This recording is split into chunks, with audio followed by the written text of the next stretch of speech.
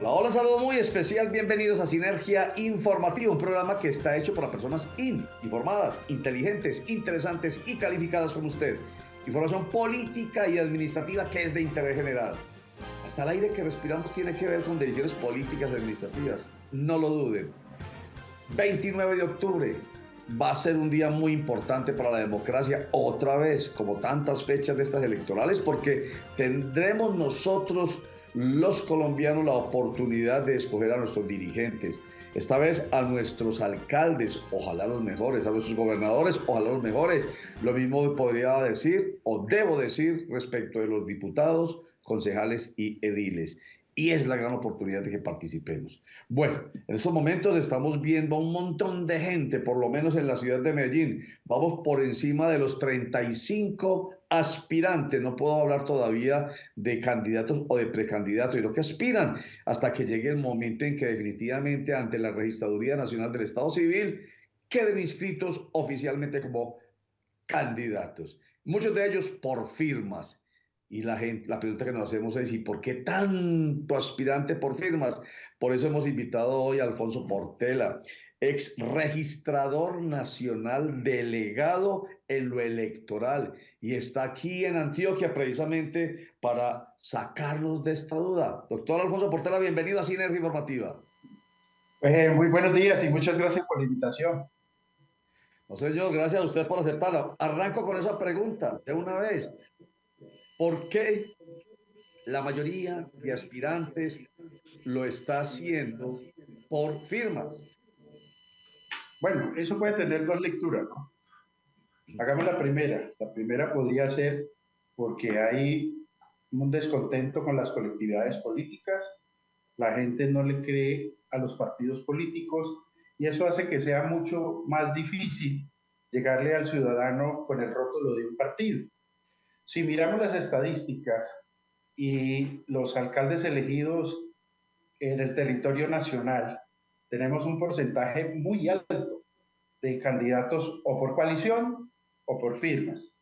En muchos casos, las grandes ciudades han tenido o tienen inclusive en este momento alcaldes que se han postulado por las firmas de los ciudadanos. Eso, digamos que por una parte. Por la otra, podemos decir que es un mecanismo que la ley y la constitución tienen permitido para que los candidatos entren en contacto con la ciudadanía con mucho más tiempo, porque los candidatos que ya inscribieron el comité ante la registraduría y están recogiendo firmas, pues imagínense, lo están haciendo con mucha antelación y eso les va a permitir que tengan más contacto con la ciudadanía, puedan ofertar más su nombre, así lo hagan a nivel de precandidatura.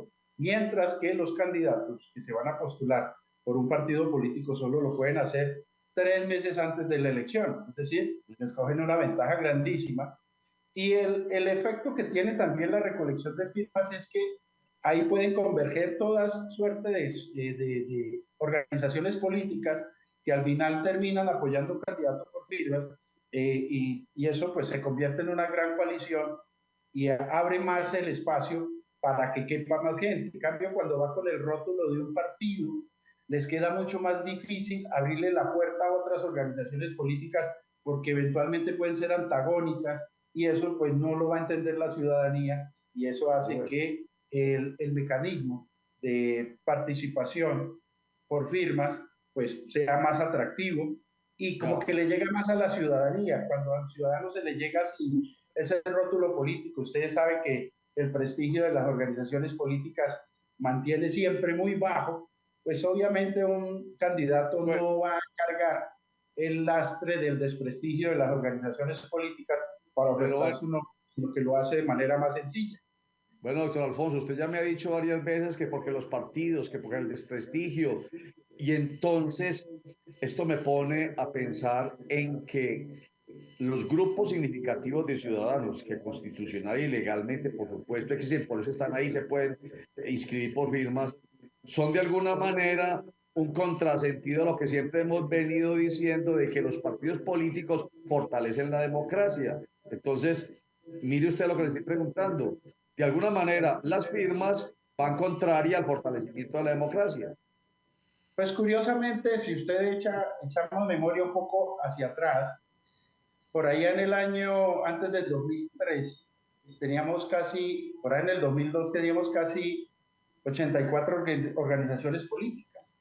Sí. Y sale el acto legislativo 01-2003 cuando se habla de candidatos únicos, listas únicas, pues eso cerró completamente el espacio, porque antes, por ejemplo, para poner un referente, antes el Partido Liberal, por decir algo, podía inscribir 4 o 5 candidatos a la alcaldía Sí. para la misma elección. Ahora no, ahora solo se puede inscribir uno.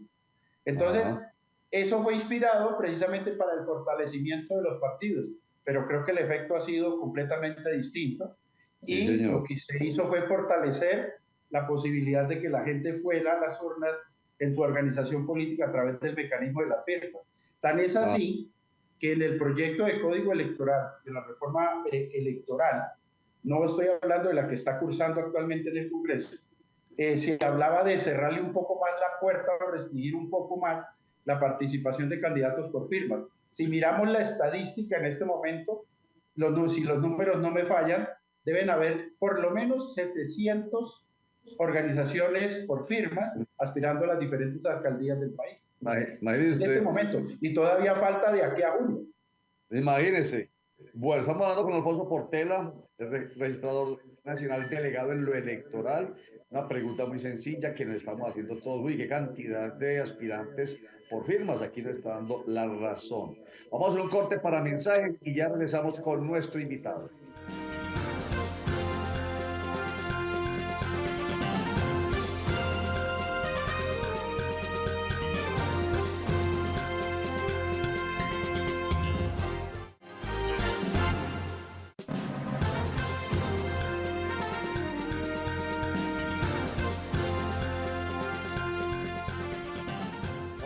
Alfonso Portela, ex registrador nacional delegado en lo electoral.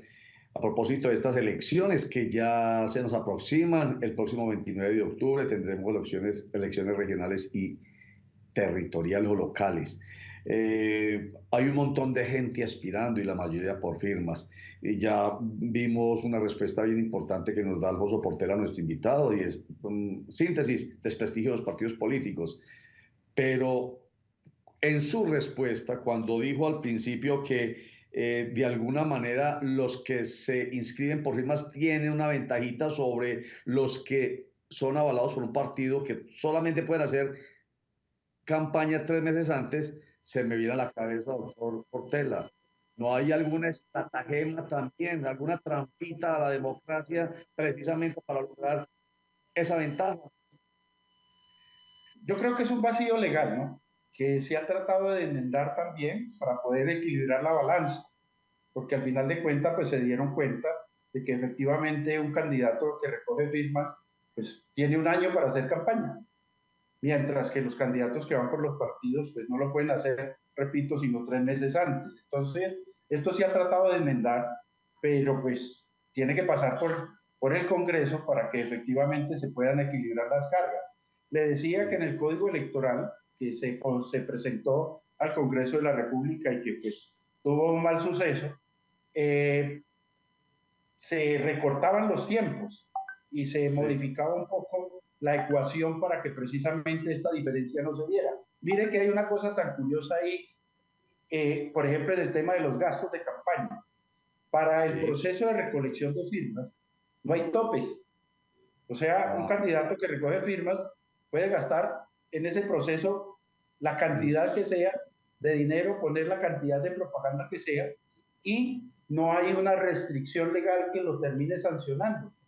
A lo máximo que ha llegado el Consejo Nacional Electoral es a decirle, hola, por lo menos repórteme los gastos.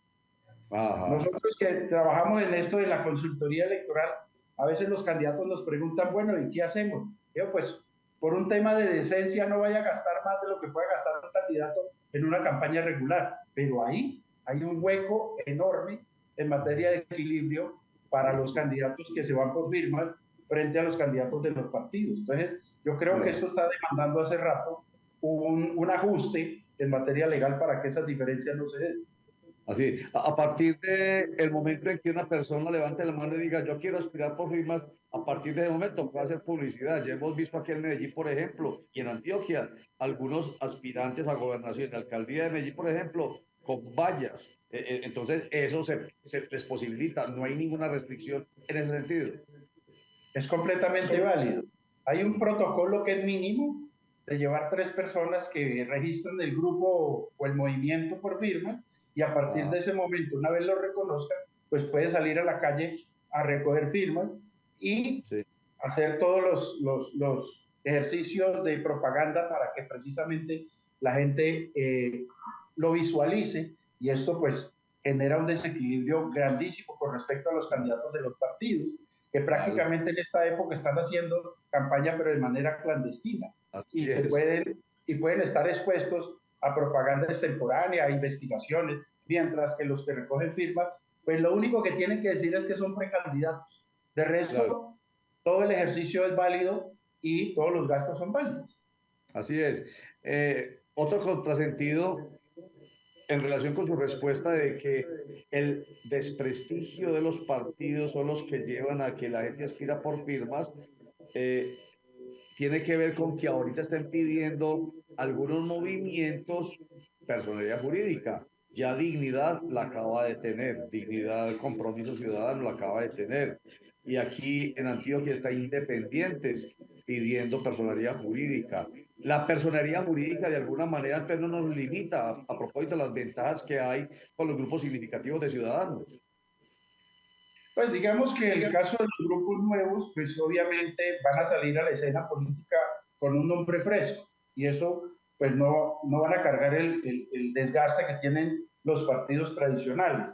Pero usted toca un punto muy importante y es que se está generando un boquete en el tema del otorgamiento de personalidades jurídicas a través de unas variables totalmente distintas a las urnas.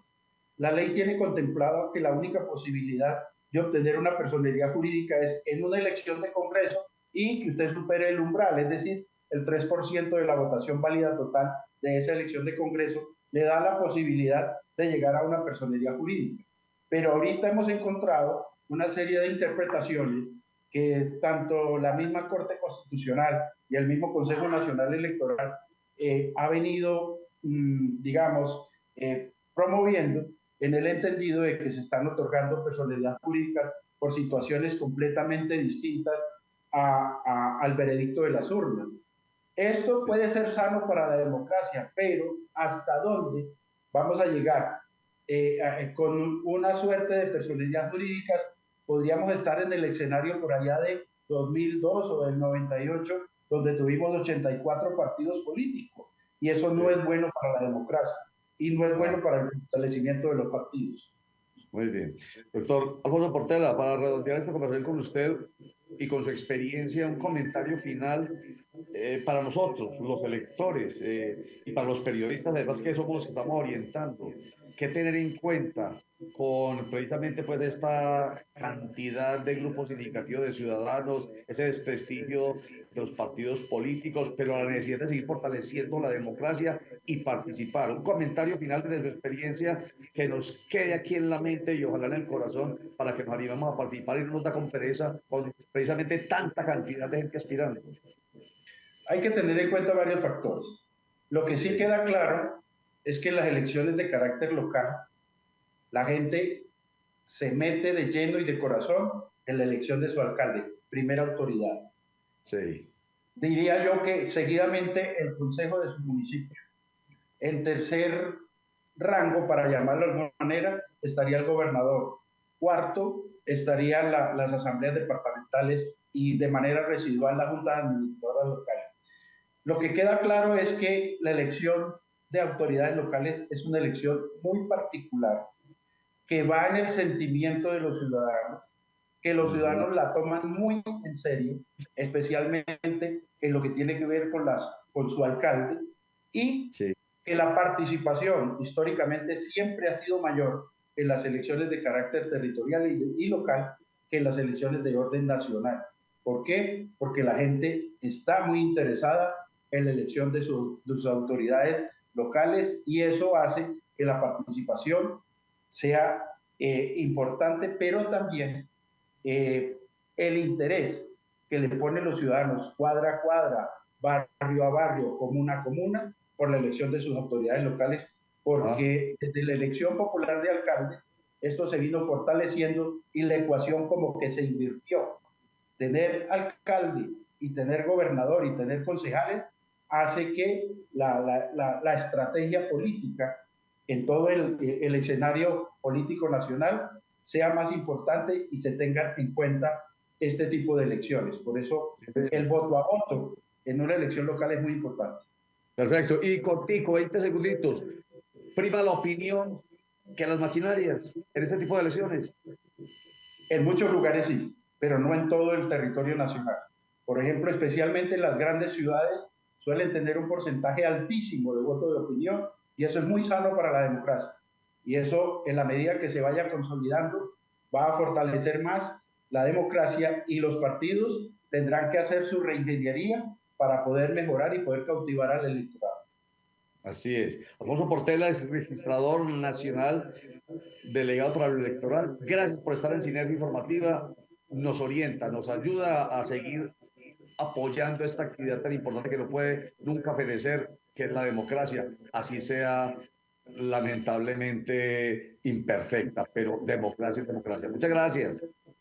Muy amable y muchas gracias por la invitación. Alfonso Portela. Hagamos un corte para mensajes y ya regresamos.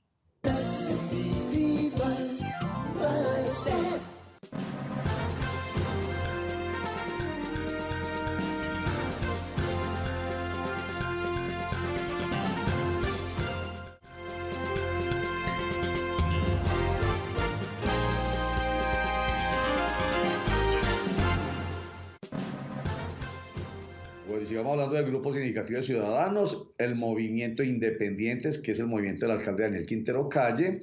Recuerden ustedes, les hemos informado, tenía 6 precandidatos a la alcaldía de Medellín, después de una encuesta del Consejo Nacional Electoral, del Consejo, perdón, de la CNC, que les mostré la semana pasada, quedaron 4, y de los 4 hoy quedan 3, porque André Uribe acaba de renunciar.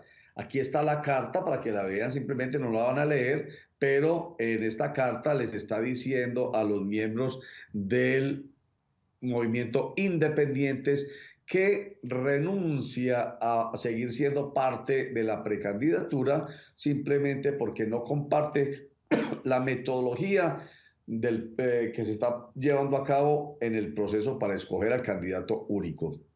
Entonces va a aspirar ella independientemente, autónomamente, no ya con el movimiento Independientes. A esta carta de André Uribe, el movimiento Independientes responde con otra carta. Esta es la carta, tampoco la van a leer, pero se las muestro, en la que Independientes no dice nada especialmente de la renuncia de André Uribe.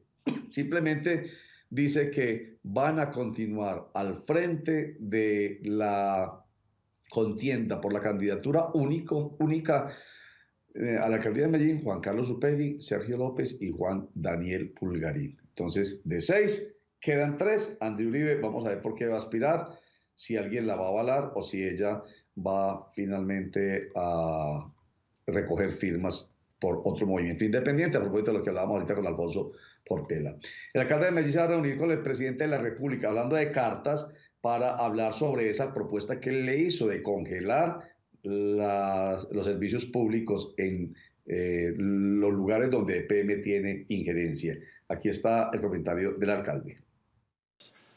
El próximo martes, es decir, el día de mañana a las 5 de la tarde, espero reunirme con el señor presidente, con el gerente de EPM, donde vamos a discutir precisamente la propuesta que hemos lanzado para congelar la tarifa de servicios públicos en 13 departamentos del país: Córdoba, Antioquia, Cesar, Sucre, Bolívar, Santander, norte de Santander, el eje cafetero, incluyan Malambo, Santa Marta, Quibdó, que son regiones donde EPM pues juega un papel importante en términos de servicios públicos. Esperamos poderles dar mañana una buena noticia a más de 10, 12 millones de habitantes incluso un poquito más, 15 millones de habitantes que servimos de una u otra manera, a través de energía o de agua o de alcantarillado o de gas. La semana pasada les informaba acá con el director del área metropolitana del Valle de Aburrá, Juan David Palacio Cardona, que empezábamos un nuevo episodio de calidad del aire y que íbamos a tener semanas con dificultades, con las estaciones en naranja y hasta rojo, lo que podría afectar nuestra salud. Bueno, es verdad que la cosa se nos ha complicado un poquito. Por eso es que el alcalde de Medellín, Daniel Quintero Calle, ha anunciado que los 10 alcaldes metropolitanos se van a reunir para tomar medidas que permitan mejorar la calidad del aire en la región. ¿Qué podría ser, alcalde? El día de hoy vamos a tener una reunión de alcaldes con el director del área metropolitana para evaluar medidas. ¿Qué medidas tenemos en la mesa como opcionales para poder implementar? El uso de tapabocas para personas, en especial mayores, niños que tienen posibilidades de ser más afectados y eventualmente, y eso se va a evaluar el día de hoy, con 3 días de anticipación por lo menos, la restricción de vehículos, ejemplo, volquetas y otras, entre las 6 de la mañana y las 8:30 de la mañana. ¿Por qué esas horas? Porque esas horas son las de mayor afectación por el efecto que se llama de inversión térmica. El sol no pega con la suficiente fuerza para calentar el aire y sacar los contaminantes del aire. Del aire de este Valle de Aburrá, que es como una batea, es una cosa muy impresionante porque es una batea y entonces las nubes taponan. Cualquier fenómeno hace que sea más intenso este episodio de calidad del aire con afectaciones para la salud. Vamos a ver con qué nos salen entonces los alcaldes metropolitanos. ¿Será que habrá días sin carro, por ejemplo? Bueno, veremos. Y recuerde que a partir de este lunes 27 de febrero comienza la fase sancionatoria del pico y placa en aquellas vías que antes eran exentas, como 6 espacios o lugares donde eran exento el pico y placa. Pues a partir de hoy, ojo, que la sanción puede llegar a casi 600.000 pesos. La secretaria de Movilidad de Medellín. La Secretaría de Movilidad de Medellín quiere dar a conocer el balance tras la primera semana de la implementación de la medida de pico y placa sin vías exentas en nuestra ciudad. Así entonces tuvimos 9.627 capturas a través de nuestro sistema de fotodetección a quienes incurrieron en el no acatamiento de la medida. Recuerden que desde ese 27 de febrero de 2023 la medida pasará de su fase pedagógica a sancionatoria, lo cual implica multas de tipo pecuniario y la inmovilización del vehículo. Invitamos a toda la ciudadanía a respetar y a acatar las normas de tránsito y las indicaciones de nuestro cuerpo de agentes. Y todo lo que podamos hacer para evitar contaminar más el ambiente nuestro. Todo lo que podamos hacer, caminar, bicicleta, utilizar el vehículo entre varios, en fin, así de sencillo. Muchas gracias. Chao.